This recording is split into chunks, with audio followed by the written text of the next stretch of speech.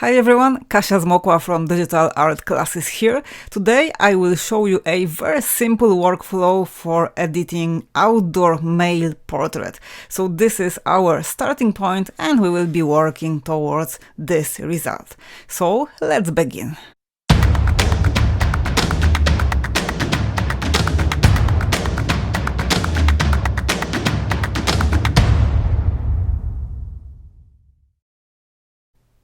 Okay, so let's take a look at the original photo. If I drag it all the way to the right, we see the original raw file.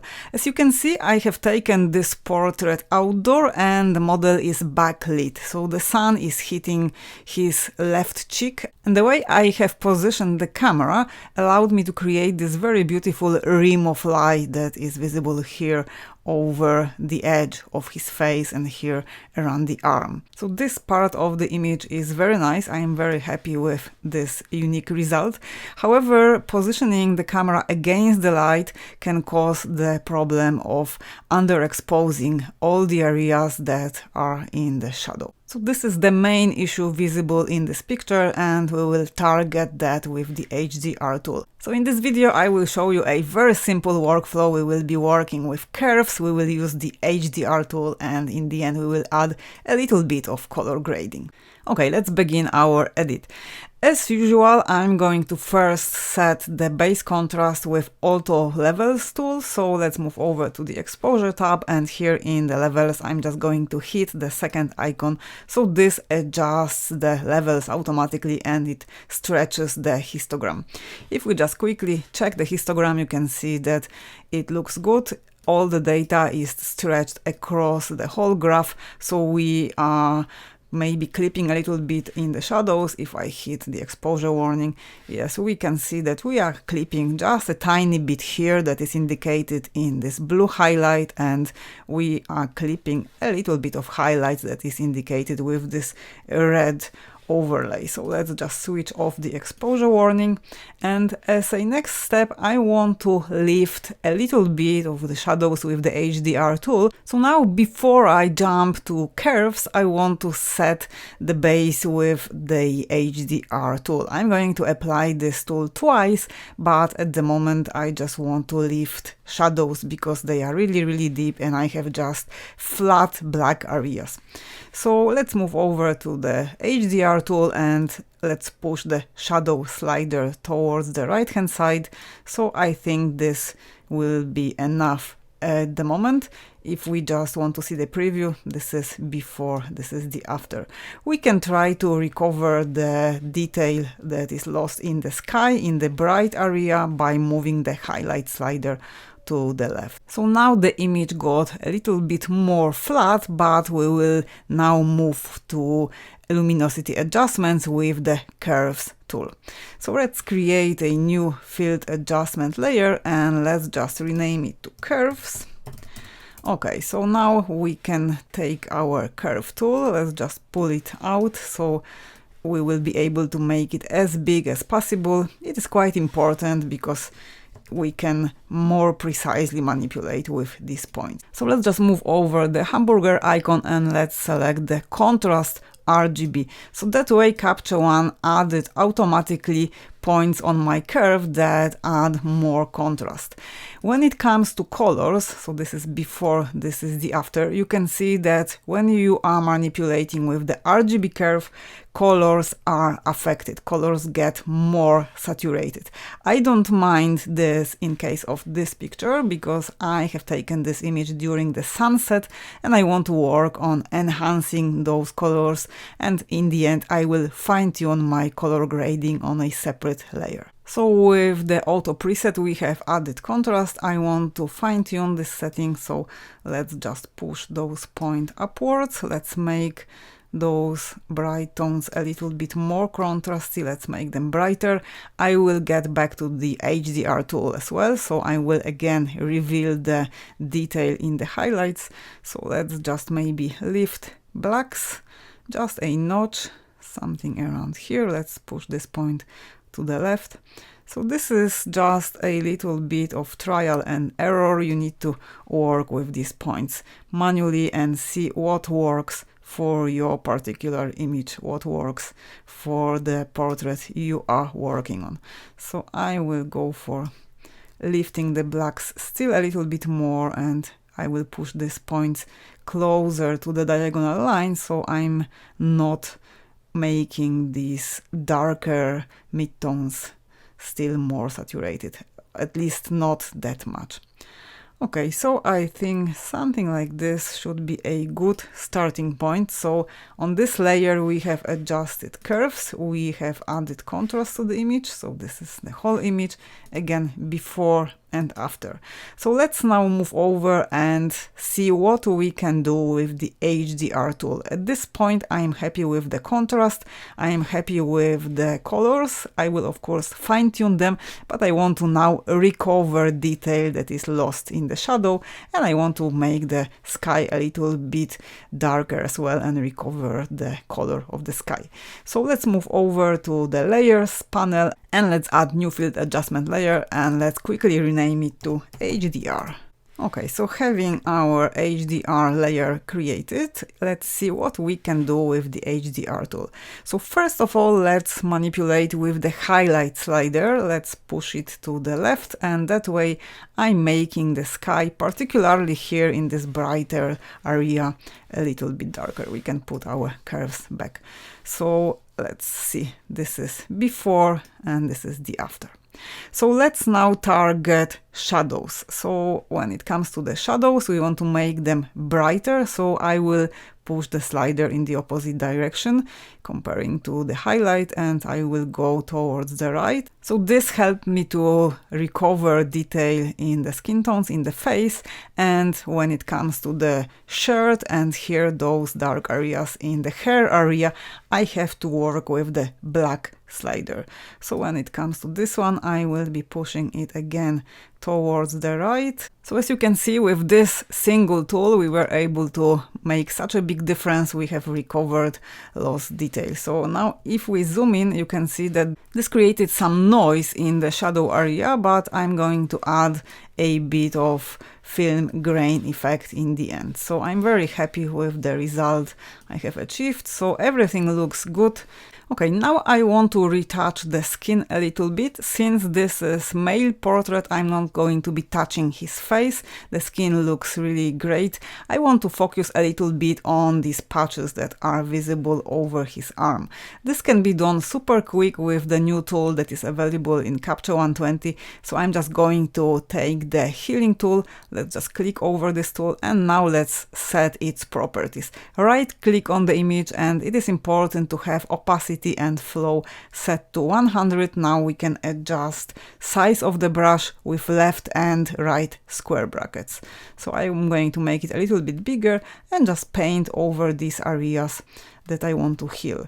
So if you want to know how this tool works, you can right click on the image, and if you select display arrows, you will see the point that you are correcting and the place where Capture One is sampling from to correct those patches. So this for me personally is a little bit distracting, so I'm going to actually switch it off. But for this particular example, you can see that the mask that I have created and the sampled point didn't fix the issue because Capture One sampled from brighter area. So now I can readjust this manually. So let's just move over and position this point somewhere else. So that way we have fixed those patches. So basically I would switch the arrows off, and whenever I'm not happy with the result that Capture One created, I can switch it on again and manually readjust the source point. Okay, so I'm just going to go super quick over these areas and just fix them a little bit. And few more here. Okay, so we are done with the arm. Let's quick check the face. I just want to remove this imperfection over his neck. Okay, so on this layer we have corrected the skin with the heal brush. So this is before and this is the after. As the next step, I'm going to target his eye. So if we zoom in, let's just take a look. You can see that we have very beautiful light here in the eye, and I just want to make it a little bit brighter. It is important not to overdo this, because if we add too much light, if we make the eye too bright, it will look super fake, super artificial.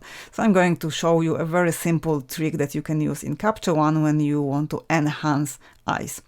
Let's just create new field adjustment layer, because we will be working on the eye on a separate layer, and actually I wanted to create empty layer. So if I hit mask, if I hit M on the keyboard, this is preview of my mask, and I want to invert it. So you can select either clear mask or invert. So I'm going for clear mask, and now I just want to paint the mask over the eye. So let's select B. Let's reduce size of the brush, and if I check the properties, opacity and flow 100, which is perfect. Let's just make the brush a little bit smaller, and let's hit M, so I will see the mask that I'm creating.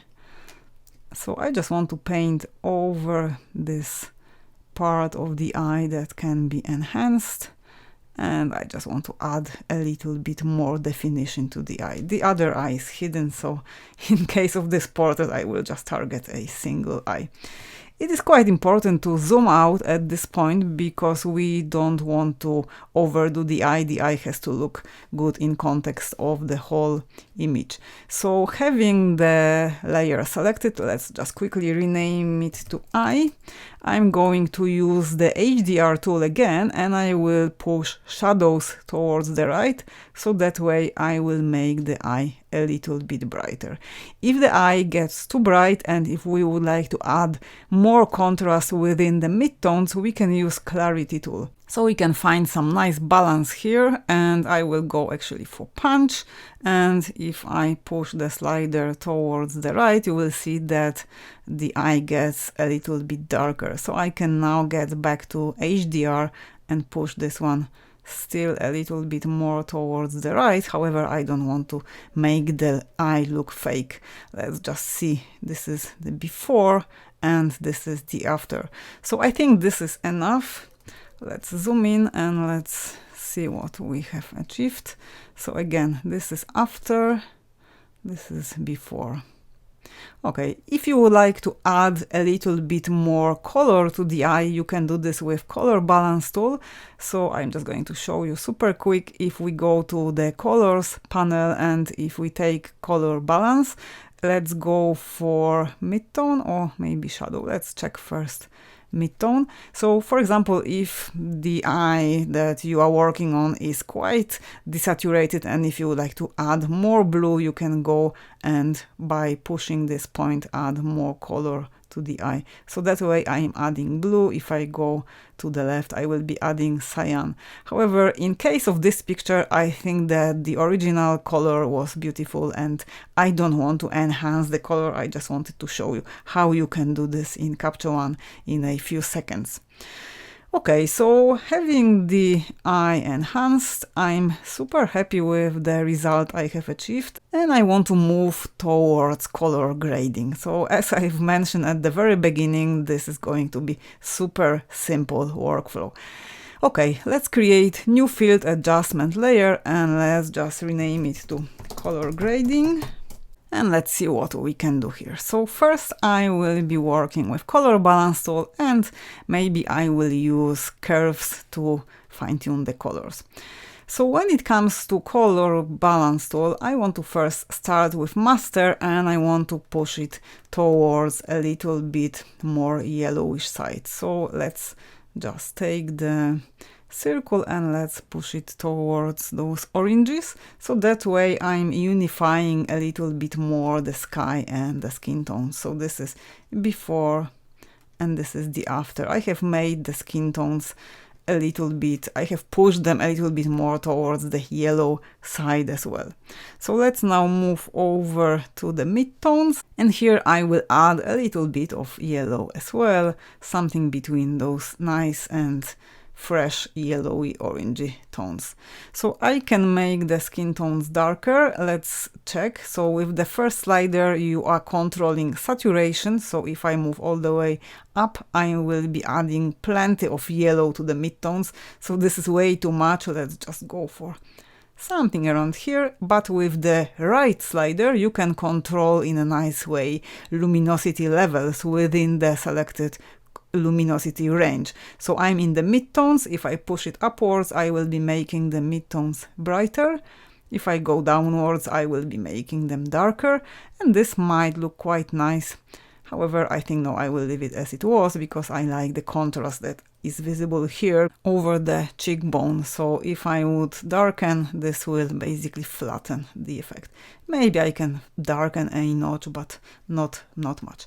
So let's just jump to shadows, and here I want to go for warm shadows. Typically, when you are color grading the image, and if you go for the cinematic color grading, you would be aiming towards creating contrast between the skin tones, which would be in those nice orangey tones, and the shadows, where you would inject cold colors such as a bit of blue or cyan. But in case of this image, I want to go for reds for the shadows. So let's just push our little circle towards the reds, and that way I'm adding even more warmth overall to the image. So I really like this sort of effect. If we would go for the blues, this would create quite a strong color contrast, so there is more of this pop effect. However, I want to go for something different this time, and I'm picking the reds. When it comes to luminosity, I can try to lift those shadows as well here with this slider, so I can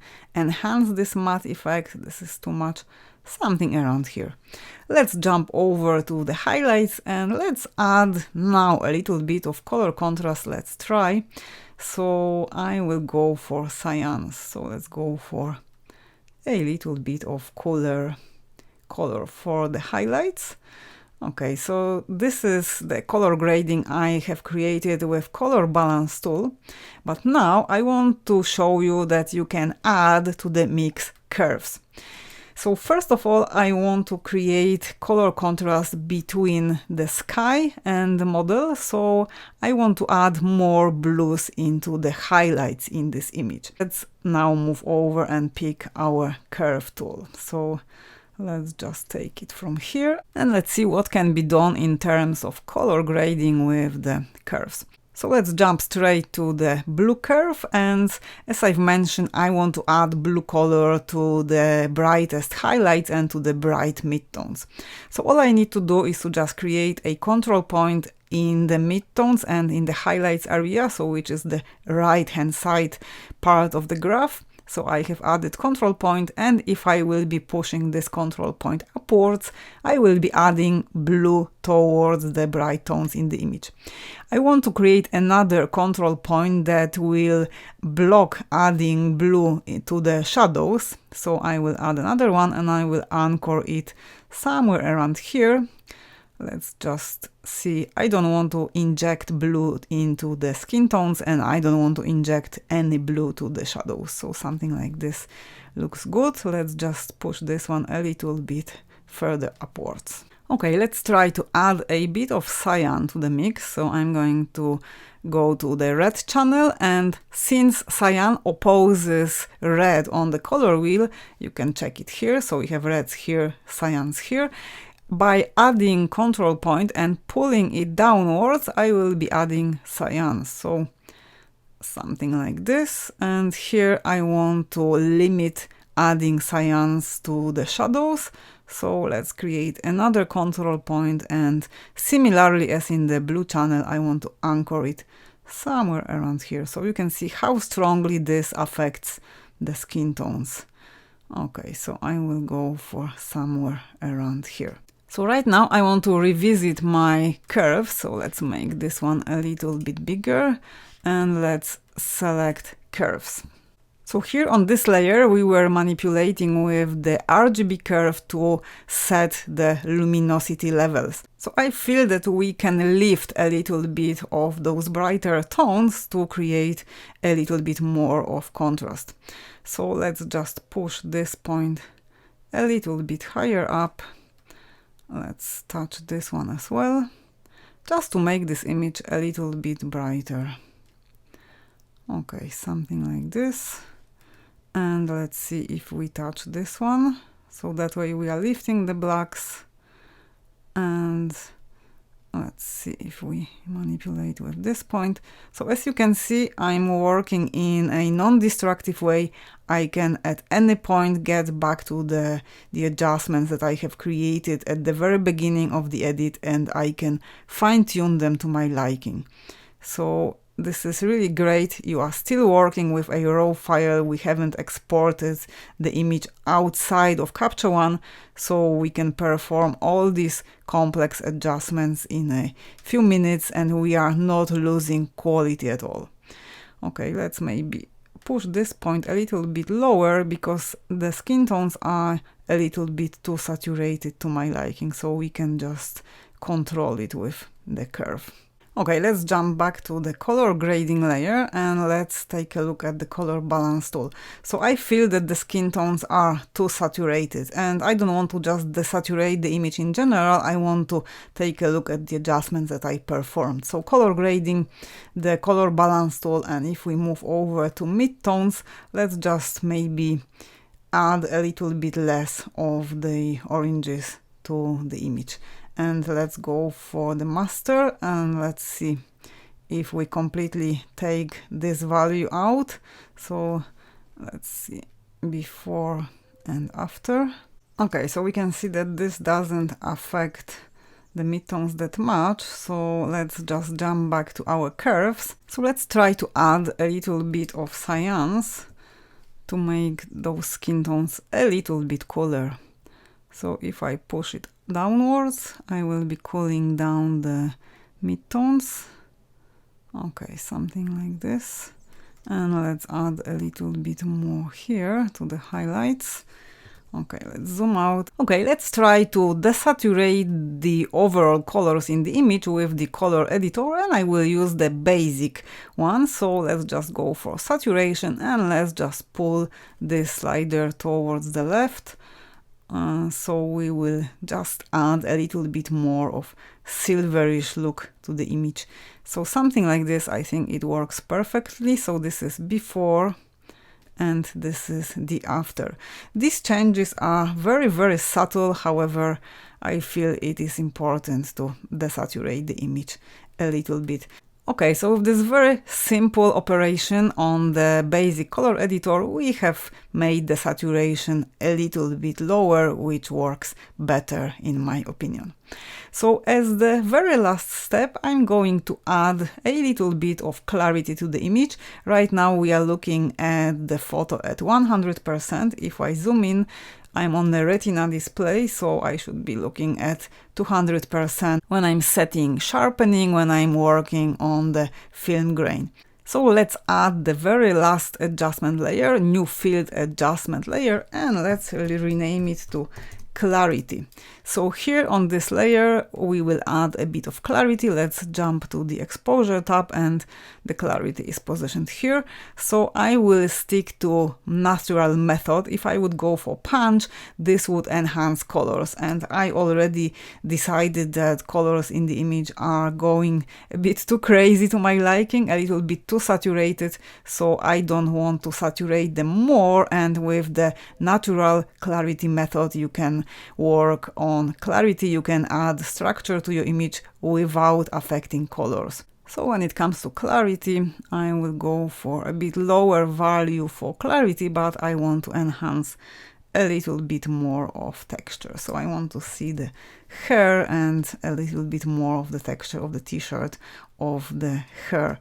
So again, this is before and this is the after. So this adds more definition to the image.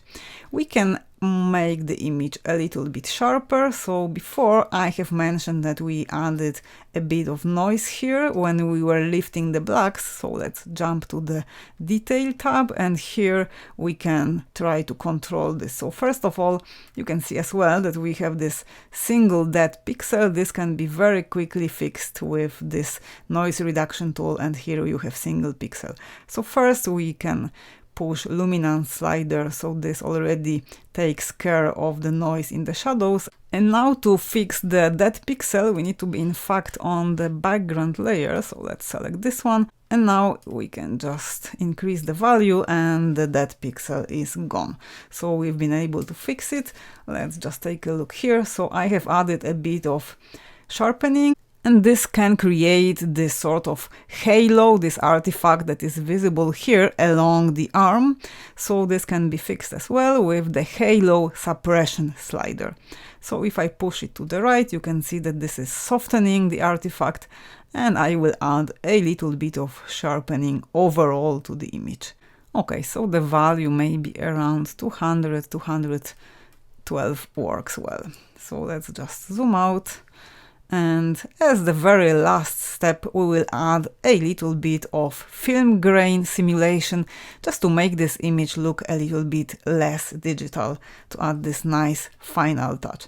So with the noise correction, we already managed to get rid of the noise, so this looks great, but I really like adding the film grain as a last touch. So let's just add a little bit of the film grain. So here with the film grain tool, I will add a little bit of film grain simulation. Typically, I would go for either tabular or silver rich. These two are my favorite, but you can experiment, you can see what works for your image. So with tabular, if we increase the impact, you can see the beautiful film grain simulation that is visible here in the sky, in the background, and everywhere all over the image. So this very nicely unifies all the tones, all the luminosity tones in the photo. So this is the tabular. Let's see at 200%, and let's check maybe silverish just to compare. So this is much more subtle, much more delicate, and you can go for higher values on silver rich. So in case of this image, I think both of them look good, so I'm going to stay with silver rich. Let's just see. So I don't want it to be distracting, I want it to add this nice final touch. So I think it works well. Okay, so our edit is ready. If we take a look at our layers, we can see what we have done. So if we hit Y on the keyboard, you can access the before and after tool. So we have started with this image, this was our starting point, and we have worked towards this result.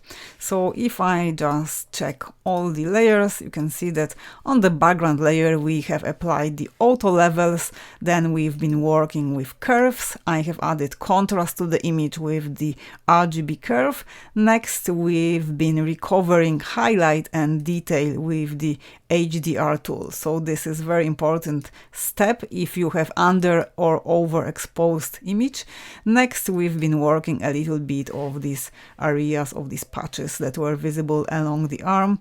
Next, we have enhanced the eye. So if I zoom in, this will be better visible. This is before and this is the after. And finally, we've been working on color grading, and on this layer we have desaturated the image a little bit because it was too strong, too reddish to my liking.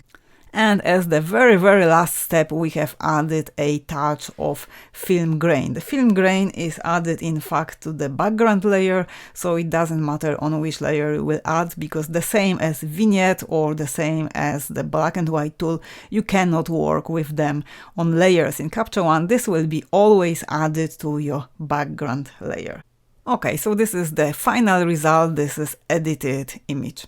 If you like the tutorial, you can check my full comprehensive course on Capture One 20, link in the description area. If you have any questions on the edit, feel free to ask in the comments area under this video. So you can check either the course or you can take a look at any of my other courses available now, and all the links are below. Thanks for watching. This was Kasia Zmokla from Digital Art Classes.